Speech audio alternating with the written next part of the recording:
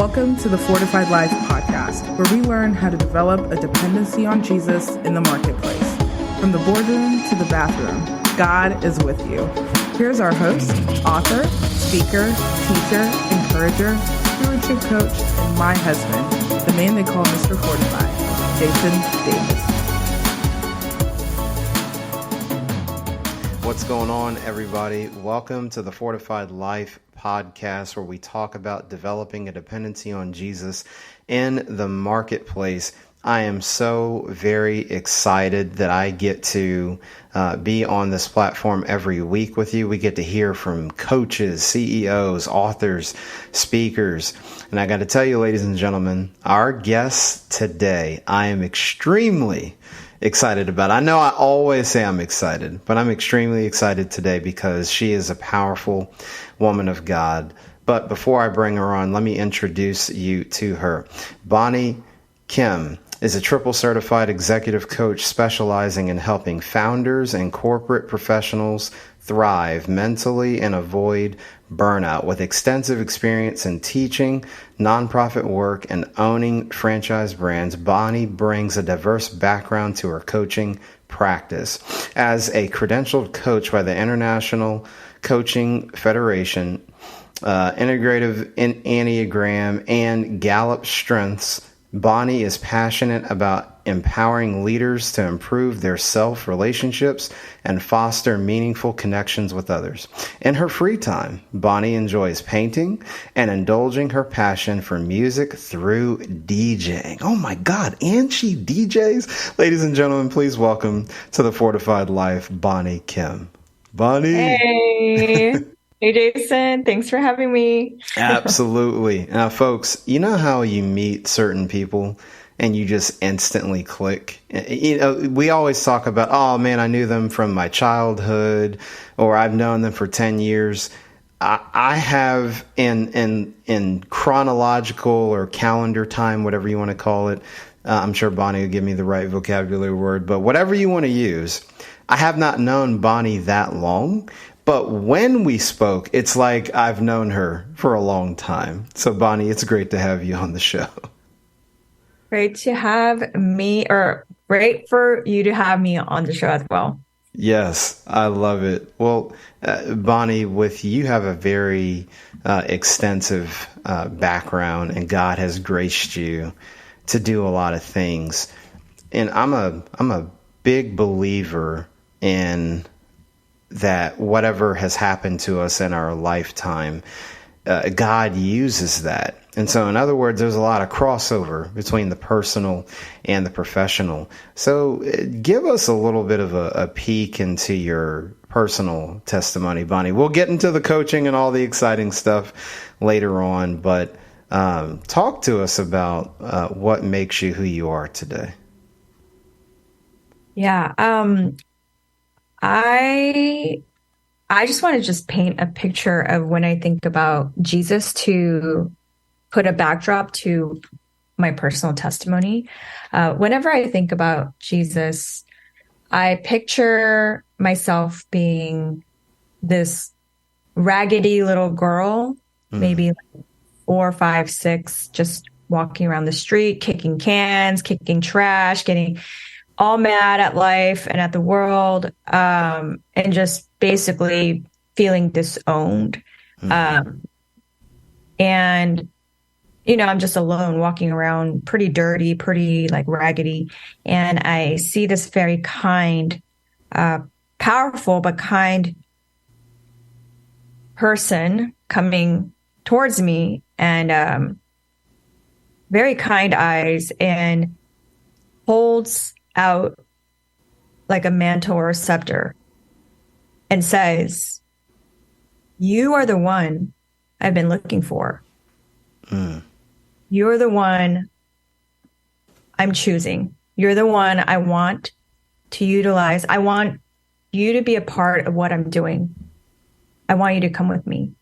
Wow. And then my response is, "What?" Like, you're giving me access. You're handing me your mantle and saying, I'm going to be in charge and inherit and have access to your activities, I'm like a nobody. I'm just like an orphan kid kicking trash around the street, and everyone and everything feels like they've rejected me, basically, right? But you're choosing me. I don't understand. I don't know why, but you're so kind.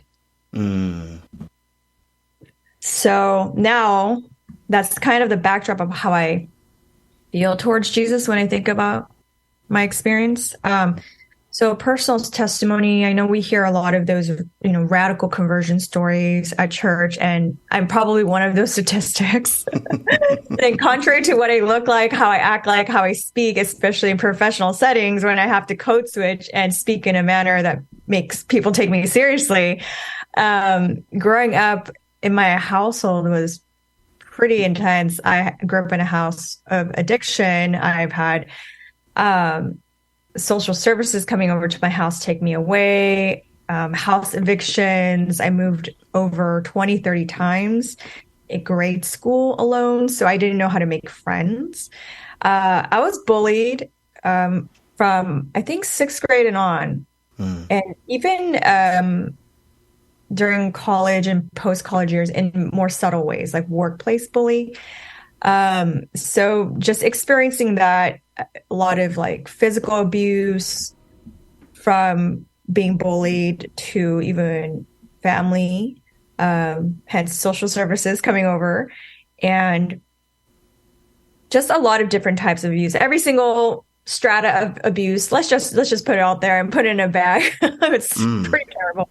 Wow. And then by middle school, surrounding myself with gang members and, folks who are now actually in prison for serious crimes like armed robbery, first degree, etc. So for me, I just looked at evil and those types of activities as normal. Because what else do I have to live for? I almost didn't really have hope. And by high school, I was probably going to drop out by 10th or 11th grade. But I got a radical encounter with the Lord in 10th grade. And from that point on, I felt like, okay, I actually have a chance at my life something. So, yeah, I met God at a retreat. He impressed upon me directly. No one witnessed to me or told me, gospel message or whatever, and directly, minus the sermon. And I felt God was asking me, I waited for you for a long time. And tonight I want you to make a decision. I want you to choose me or choose the world. And I freaked out, okay, because I don't hang out with gang members. I went to this church retreat because I want to ditch and like do drugs and whatever, right? And I didn't even want to be like those Christian folks, like Christian kids, because they're the ones who also bully me, right? I was kind of a loner at church for many years. So I'm just like, I don't know if I can resonate with that. I don't even know how to be a Christian. I don't know if I want to be a Christian in that cultural way.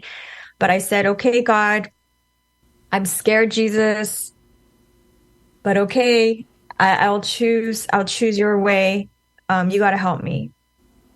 And from that point on, it was like my GPA shot up from 1.67 to 3.5. There was just a lot of miraculous coincidences that kept happening in my life that allowed me access, kind of like that picture I showed you in the way beginning of what I feel like Jesus did for me.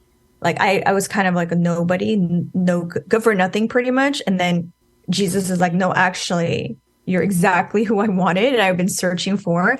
Now, let me give you access, quick access. I'm going to expedite everything. I'm going to show you what grace actually is. And then from that point on, it was like glory to glory. God kept opening new doors, new opportunities, giving me the fast track in so many parts of my life. Yeah. Bonnie, that is powerful. And folks, Bonnie and I have talked offline. There's a whole lot more to that, and we've got limited time, but that is, every time I hear you reference different parts of your story, Bonnie. I see the grace of God, and then just seeing how your life has flourished and the thriving, when Jesus talks about the abundant life, you began to experience that. And it's always refreshing to see that. And we can't help but give God all the honor and praise for what he's done in our lives. Bonnie, offline, you told me something interesting. One of the scriptures around that time when you were 17, you talked about, and I want you to talk about this principle personally, but I think we miss an opportunity sometimes in the marketplace, whether corporate or entrepreneurship. But you talked about how being like the Jew or the Greek, when Paul is talking about becoming all things to men. So can you talk about when the Holy Spirit gave you that revelation, and then maybe just some learnings how sometimes maybe we are missing opportunities, even as being a light in the darkness with our work? Yeah. Around 17, right after I accepted a relationship with Jesus, one of the first things that was highlighted was that verse that Paul talked about. I will become all things to all men. Mm-hmm. To the Jew, I will become like the Jew. To the Greek, I'll become like, Greek. In order to win them for Christ. And I realized what God was saying. Okay, this is kind of like a cultural translation, like a translator. I will become and I'll kind of assimilate and I'll kind of mimic those cultures' behaviors in order to establish trust with them, in order to then show them Christ, whatever that could look like. So I just did it out of pure obedience. I didn't know like God's strategies. I don't know there's like words for this, like code switching or assimilation or cultural nuance or whatever, all this other stuff that you find in books and in corporate leadership teaching and all that. But I just took it as is. And for few years after I came upon that verse, God just kept putting me in the most random groups of people. I was in class at that time during college with like a bunch of blonde girls, and they're like cheerleader type blonde girls, which was interesting because I'm not blonde and I'm not in that world, right? Like I'm around different types of folks, but not in that specific like category of girls, right? Mm. So then I'm just like learning how to pick up on their lingo and their slang, because I remember what God was telling me, learn. This is your don't try to be seen, don't try to like feel like, man, I belong to, just like calm down and learn. And then he like moved me in my other class, which was a comparative religions class, where I was in a group project with Wiccans and Satanists. Wow. And I was like, okay, I'm the only Christian. I'm kind of still fresh, like under 5 years Christian. And they're just smiling at me because they're letting me know that they're Satanists and Wiccans, expecting me to be scared. I just like responded. I was like, okay, that's fine. And I just smiled because I'm like, I already know the mission God put on my heart was to learn their behavior and culture. And also I'm like, okay, you want to talk about all that? You don't know what the heck I've been through. I've been through the pit of hell in my life. Okay, whatever you guys are talking about is not going to even scare me. So anyway, well, they didn't know that. They just thought I was some like shelter little Asian girl, and that's fine. Let them think what they think, right? But by the end of those semesters, God had opened up doors and opportunities for me to show compassion, for me to be there as a listening ear, especially when they needed someone to talk to. So in that experience, God told me, like, you just need to wait. Stop trying to assert your identity or prove yourself in any way. You need to wait. This is not about me. This is really about what God is doing and the redemption he wants to do in myself and in them at the same time.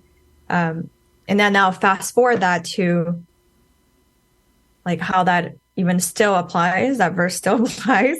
Mm-hmm. I mean, like I'm part of this group. I was a 2020 fellow called Council of Urban Professionals, which are basically Black American lawyers predominantly, a lot from Ivy Leagues. So what am I doing there? I'm not in law. I'm not in like these spaces, and I'm not Black, and I don't even understand how I got in, because it's kind of like exclusive fellowship. But I was like, okay, my friend asked me to why don't you try applying?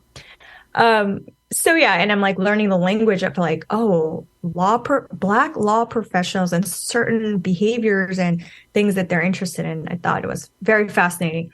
And then KBN is another story. Like I just keep popping up into the KBN space and listening and getting a lot of spiritual meat. So yeah. I love that, Bonnie. Folks, Bonnie's she's got a little fire. Really, you can hear the fire coming out. But I love just the two things that you said, Bonnie. So for our listeners, the ability to, and this involves humility too, observation and listening.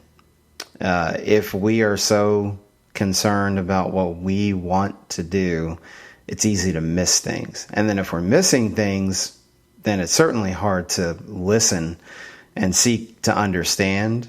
And so many of you in the personal growth space, whether it's, John Maxwell, Zig Ziglar, any of those guys, or the 7 Habits from Stephen Covey. I mean, Bonnie, basically with her story, with observation and listening, she was kind of giving you the backdrop that applies to multiple situations, whether you work inside of an organization or have your own business. So you're dropping some gems there, Bonnie, for sure. Absolutely love that. Be like the Jew or the Greek to win people for Christ. Bonnie, because you've been in so many different environments, you also have a lot of different skill sets that God has blessed you with. And then you have, from certifications to education. So talk to us about that professional journey aspect. So you have the miraculous conversion, God starting to work in your heart. You've got this boldness and this fire, but then the life part is still moving, right? So it's like, hey, I've got to, make money, and how do I move through life? So just give us a chronicle the time for us of what your professional journey has looked like into what you do now, because it's a really cool story. Yeah, I think it could just be that because of my neurodiversity, I do have ADHD. And one of the things about ADHD is really hates getting bored. And experiences start to feel boring. It's a natural chemical imbalance that causes that. And I'm more aware of that. Before, I didn't know what the heck, why do I keep feeling like, oh, I want to like learn something new, explore something new, even though my body is like, you need to stop doing this. But along with that, there are many moments that God has asked me, are you willing to step in? So, that verse about glory to glory, right? From glory to glory. It's like, it's basically, you're saying you're basically transitioning into new forms of realizing his power, his goodness, his glory. But it usually always comes with an ask of obedience. And most people in general don't want to do it. And that's what it means to be human, right? That's myself included. Most people, we're uncomfortable with that. But the moment you do, it's like the floodgates open and God shows you what he's made of. He's just like, I've said it all for you, and all I needed you to do was just take that one hard step and look at what I have for you, right? Just say yes. Just say yes, that's all I want, and just take a step and let me just go crazy and show you what I can do. Let me just show off a little bit, how God is, right? He's likes to show off, right? Why make things beautiful if he wasn't a show off, right? So he's done that enough times in my life. So I'm like, okay, I see what you're doing, God. I see it. So he would ask me things like when I started a nonprofit organization focused on anti-human trafficking work. That was back in 2008. I was working with survivors of trafficking overseas. I came back and I was like, all right, Lord, what do you want me to do? I was going through a pretty dark time from a breakup. I was about to start grad school. And I just wanted to end my life because I'm just like, that was that was such a deep relationship. And I thought I was going to get married to this person. And you're asking me to let go. And then I'm moving away for grad school. But it was in that desperation and that dark time, that kind of liminal transitional place where God was speaking to me, just asking me to hold on a little bit more because I just wanted to end my life. And he kept saying, hold on a little bit more. 2009 is going to be your proclamation for you. I didn't know what that meant. And then for 2 weeks, suddenly I started getting ideas about the nonprofit. It's just flooded. Everything I'm supposed to do, how I'm supposed to do, who I'm supposed to reach, who I'm supposed to network. It was just like, okay, this just can't be me. I'm like 24-year-old, kid at that time. And I started writing it down. I asked him, like, how am I going to do this? I'm going to grad school for education. You're asking me to do something completely different. And I felt like he was like, don't worry, I'll bring people to you. That collaboration, that first event, the fundraising fashion show event type of experience that we had, brought in over 700, 800 people on a rainy day. We collaborated. We got sponsorship and collaboration from Whole Foods, Tom's Shoes, Project Runway. UCLA gave us 16 grand, on and on and on. And that was the grace. God was like, I'm waiting. Like, I have this right here holding in my hand, and I'm just waiting for you to do the switch. Like, yes, let's go. And from that place, God showed me, look at what I'm capable of. I want you to keep saying yes when I ask you to walk into things that you have completely no experience in. So from there, I jumped multiple things. I still ran that organization for quite a while, but during that time, he showed me other opportunities to jump into. And so with all of that, I was in education, tech, consulting, franchise restaurants, which that one I'm not fully sure. I don't think that was for him. That was just me, to be honest. Confession. Because I suffered 7 years. Man, that was crazy. That was like, God, did I disobey you? Because this is hell. But anyway, 7 years. And then I got into coaching, which God asked me to walk into. So I've been doing coaching for about 7 years. Yeah. And I think I answered your question, but it could have been an ADHD tangent. No, you gave a lot of good context, Bonnie. I mean, how many people? I mean, goodness, think about, even though while some of it you probably didn't like, I mean, gosh, consulting, franchising, a nonprofit, and now you're coaching. I mean, it's just funny how God stacks exposure and skill sets over the years. And I'm sure now when you look back, you're like, oh, this is where this is showing up now. And that's one thing that came to mind, Bonnie, is in everything that you've said, I mean, people are the centerpiece. I mean, you don't work across that many different industries without people. So can you talk about and touch on just the power of partnership? Yeah. I think it's important if there are any listeners that are thinking about getting into business with friends, family, someone you might not know that well, that it's very important that you ask the Lord to ensure it's yoked correctly. So there are people who are very good at what they do, or, family members you've already kind of talked about a certain vision or dream together and you want to do something. And Doing business with family, people say don't do it. That's not true. It depends on what expectations that everyone has. What is the exit plan, essentially? What are the expectations? What are the tendencies? What are the self-awareness, maturity everyone holds? If you have a lot of those in place and everybody's wanting to grow in their own way, then that's like a pretty foolproof plan, right, towards success. You can't guarantee it.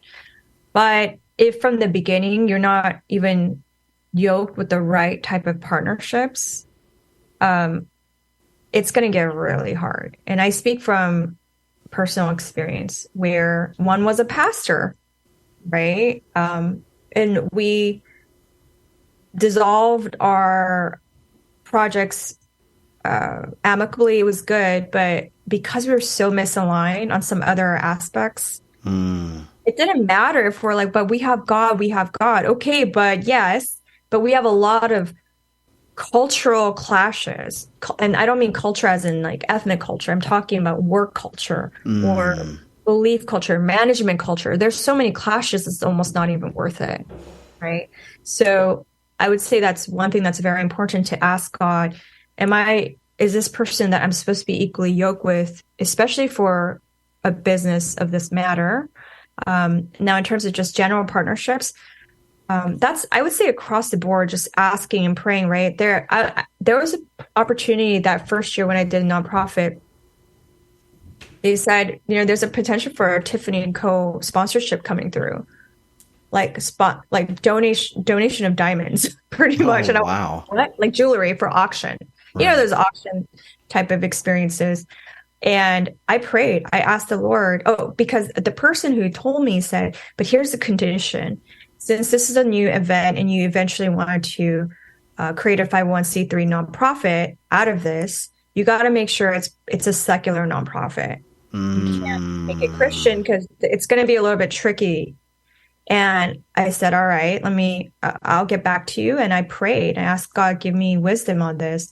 And then he showed me the passage of Jesus being tempted 3 times. And I knew what that meant. And then I felt God was telling me, there are many organizations that do right things. Like even they're not Christian labeled, they still do my work because of my grace, and they do my what I want them to do. However, for this specific endeavor, I want you to file it as a public, like a Christian organization. And I said, all right. And I couldn't go through with the sponsorship, entertaining a sponsorship like that. Right. So that was a potential partnerships. In the world's eyes is ridiculous. Like, are you dumb? Right. Take the money, take the opportunity. But I'm here to obey the Lord. I don't want to just obey the ways of the world. It says, do not be conformed by the things of this world. Right. But by the renewing of our minds, know what the will of God is. So we got to always stay in that place of renewing our minds to know, okay, is this partnership just because it's so easy for me? Is this obvious? Or am I just following the patterns of this world through this? Or is this actually a person of peace or someone God is saying like, no, it's a gift from me. Whether there's believers or not, it's a gift from me to give you something, to do something, or they're going to come to know the Lord through this. I don't know. But everything should be asked in a case by case with the ask of the Holy Spirit. Bonnie, you were getting me excited. I had multiple takeaways. One, actually seeking God. So folks, this platform is all about talking to people like Bonnie. How do you integrate God into what you do? Repeatedly, Bonnie, you've talked about, I prayed, I was seeking, I prayed, I was seeking, I prayed. It starts there, not leaving God on Sunday and trying to handle things Monday through Saturday on your own. It's very apparent, Bonnie, that you are being led by the Holy Spirit in your decision making. So that was one takeaway. Another one, also just from a discernment perspective of, hey, I don't know about this person or not, and how you can literally work that out. Like, say you had a board of advisors and you're like, guys, what do you think about this? Doing that with God. He's our trusted advisor. So that was another takeaway, Bonnie. And then what was the other thing you said? The third thing that you brought out is the sensitivity. Like, this goes back to the talking to God, but you actually, like, the Lord could have led you down the path. Like, He reminds you of the scripture. That's part of the Holy Spirit's job. He's a counselor. But you could have said, yeah, I'm going to do something else. But you didn't. So even the sensitivity to take action and be obedient, which gets into the fourth thing. Just because what the world deems successful, it's like, oh my God, Tiffany, diamonds, and you know the whole thing, Bonnie. I don't know if diamonds are still girls' best friends. I don't know. I know my wife has some, and she's still cheesing to this day, 7 years later. So I don't know if that's still true. You'll have to help me on the marketing. I don't know. I have a feeling that if you pulled out a diamond, some people would probably still get pretty excited. But the world's view of success and God's view of, like, that's a big takeaway. There is, to the world, it was crazy. Like, that's insane. And you said, nope, I'm going to do this. I'm doing business God's way. When everyone else would be like, I can't believe Bonnie would not take up Tiffany like that. So that's just what I gathered, Bonnie, from the little bit you said. I'm sure, listeners, you probably gathered your own nuggets and takeaways, but that was just me just being a fly on the wall as Bonnie and I are having this conversation. My goodness, Bonnie. Now, it's been a big buildup, Bonnie, as we come to this moment. We've been mentioning that C word the whole time, coaching. So you have your own coaching practice. Tell us about it. Also, I mean, Bonnie, let's take a minute here. I mean, come on, ICF. People need to understand how big of a deal that is, because the number of hours. Oh my gosh. Those of you who are ICF certified coaches, you got to put some time in, right? So tell us about your coaching practice, Bonnie, and how you do things a little differently. We know the coaching industry, literally billions of dollars, and it's only going to grow over the next decade. So tell us about that. And then also one of my favorite tools out there, how you use strength finders. Yeah. Okay. So let's go ahead with God being a fun founder, CEO, boss, also father. When I was first introduced, I'll tell how it all started with the coaching journey, since I've been jumping around different industries and my resume looks like, okay, something is definitely wrong with this person. She has either commitment issues or something's going on. But, I'm just going to say, Lord, this is on you. It's not on me. So I had a individual come up to me. He worked at LinkedIn at the time. And he asked me, hey, if you can mentor me. I told him, I really don't have capacity at this point. I'm not sure what I can do, but I don't think I could do it. And then I chewed on it and I prayed and I thought, maybe there's another way. So I took some time to research what could be a way I could still help this young man that is efficient and beneficial for all parties, including myself. And I came upon the world of coaching, life coaching, actually. And at that time, my context of life coaching was like, no, I'm not going to do this like soft, woo-woo type of stuff. Given the context of my background, like I want to be like David Goggins, like let's go hard. Come on, that was kind of like my mentality when I thought about coaching. I was just like, I don't know about this like soft, woo-woo kind of feeling stuff, whatever. And the more I researched about coaching, I realized, okay, wait a minute. I don't quite understand, and I feel like God's highlighting it. I just feel more of a like a ease, like a general like a direction and ease kind of feeling, like attraction towards this type of industry. So I then decided to talk to someone. Oh, I had my assistant at that time, and she said, "Hey, why don't you try this thing called ICF certification type of thing, school?" So then at that time, I went to this school where I met Jordan Mercedes, who is now our resident mentor coach, which is so fun.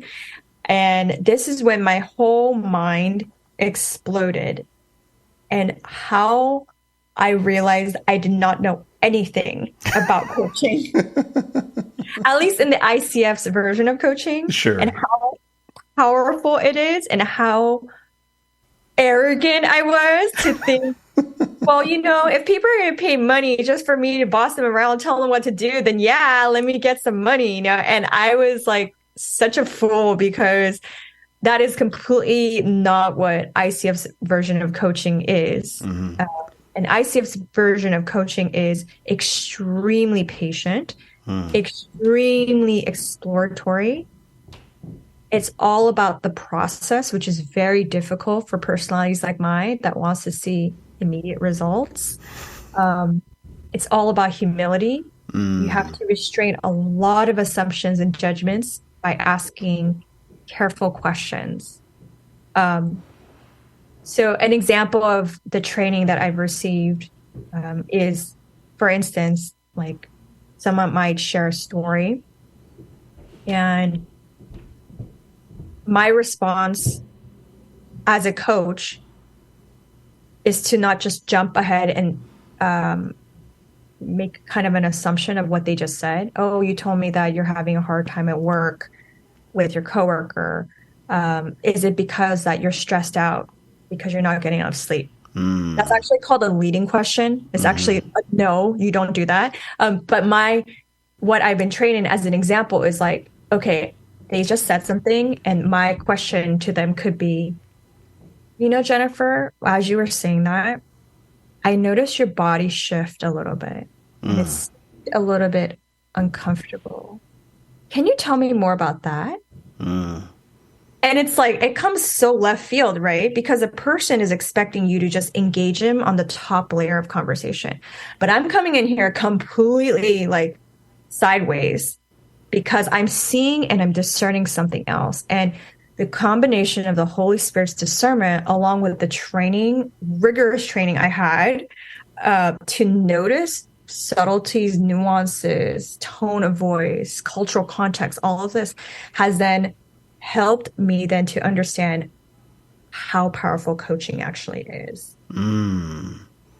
So with that, the thing that God then asked me to do a few years after I got my own training was, okay, I want you to actually build a coach training program that will give them ICF credentials and credits. And I said, God, I know this is a lot of work. It's a lot of money. It's a lot of work. What?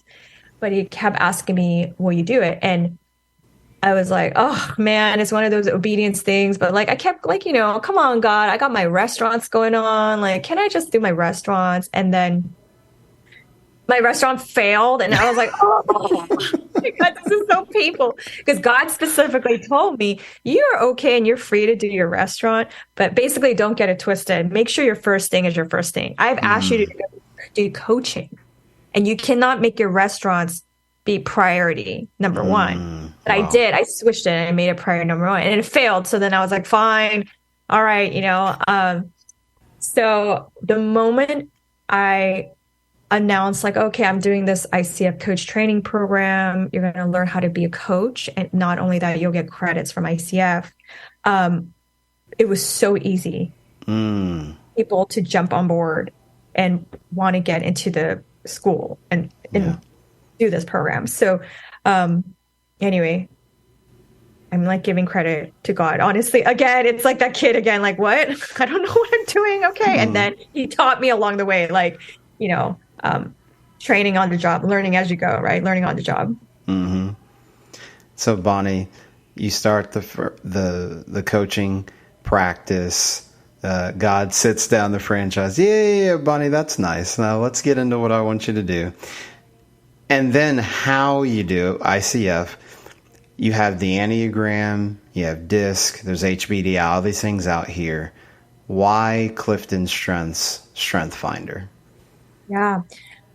So Enneagram is more of a recent in the few years. I understand Enneagram, and I got certified Enneagram. For Clifton Strengths, that was again a random thing. I just thought, oh, okay. And I learned about it. I go, this kind of looks interesting. I didn't really know much about it. I took my assessment in 2014. I thought it was cool, but I was like, okay, cool. I got an email about my strengths. I don't really know what much to do with it. Moving on with my life. And then later on, after I got kind of tipped on like, you need to go into coaching, then I thought about strengths, and somehow I found myself in a training program at Gallup to get certified. And even then, mentally, I was still not ready because I didn't fully understand. And it's probably part of my neurodiversity. It's harder for me to learn than the typical average person, given in today's way of learning. So, and as I got more into it in more recent years, proctoring it to a lot of corporations and individuals, I realized, oh my gosh, this reflects so much of what God is talking about. You know how that verse in the Bible talks about, I cannot say to the hand, I don't need you. And the eye cannot say to the hand, I don't need you. And this part cannot say to this part, like, you're basically, I don't need you. We all need each other. Yeah. Every part of the body. It's basically the same thing, except it's done in a scientifically data-backed way. Wow. And it's done in a way that individuals can measure their most optimal performance based on their worth they're naturally gifted with by God, right? Wow. So instead of thinking, why can't I do this and I need to fix this issue? What if we stop thinking that way in a deficit manner? Just like the fall, right? Like, no, I don't have the knowledge of God, therefore I want to eat this fruit. Yeah. Just like that. That's deficit thinking, right? Scarcity mindset, deficit thinking. Let's do the reverse. What do we actually have?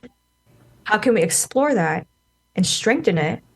And then learn how to manage the deficit stuff. But let's put most of the energy in the things that we're going to have potential in. Isn't that just more flourishing? Don't you feel better?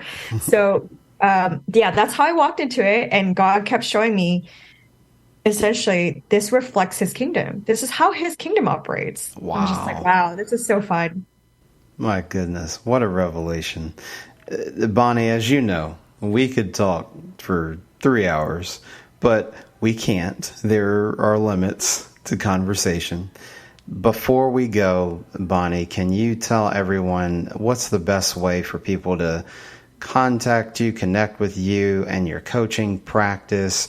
Where can they find out all about you and what God is doing in your life and business? Yeah, absolutely. You can always find me on LinkedIn or Instagram. Just look up the words Royal Telos, ROYAL space TELOS, or together actually in this case.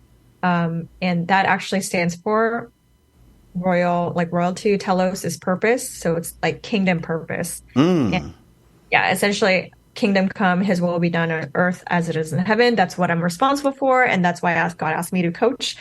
So hope to connect you on Instagram and LinkedIn. Folks, if that doesn't get you fired up, I don't know what else will. I got some chills over here from what she just said. Shakespeare might have said what's in a name, but God is the giver of names. So, Bonnie, thank you for sharing that. And folks, we'll have all that in the show notes. So don't you worry. We'll have Bonnie's social media, Instagram, LinkedIn, website, all of that. Because some of you guys need to go get some coaching, and some of y'all need to know your Gallup strength finders, and to do it with her specifically. So, Bonnie, thank you so much for hanging out with us here on the Fortified Life. We will definitely have to do this again. Sure. Thank you so much for having me, Jason. This is very fun. Yes, a lot of fun. We'll have to do it again, have a 2.0. Well, folks, You know how we leave things on the Fortified Life podcast. Don't compartmentalize your faith in the marketplace. And remember, from the boardroom to the bathroom, God is with you. We'll see you next time on the Fortified Life podcast.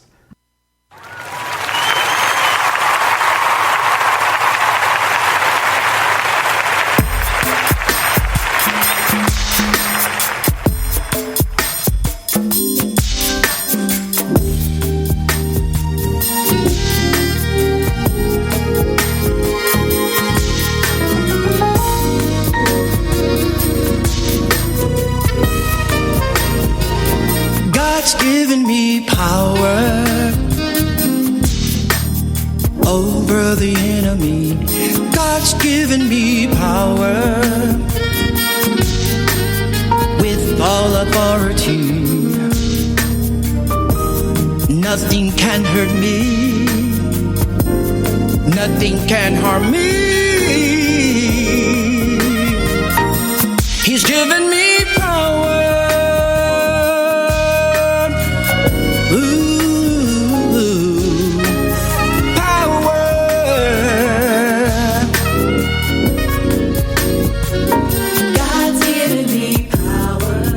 God's given me power over the enemy.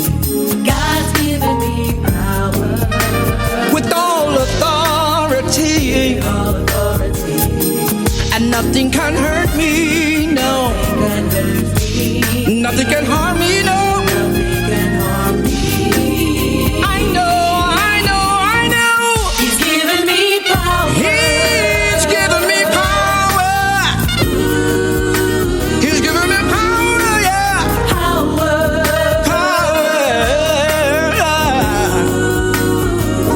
God's given me power. God has given me power. God's given me power with all authority. And nothing can hurt me, no. And nothing can harm me, no. Nothing can harm me. I know. He's given me power. He's given me power. Yes, he has. And the Holy Ghost have come upon me. Power. He's given me power. He's given me power. He's given me power.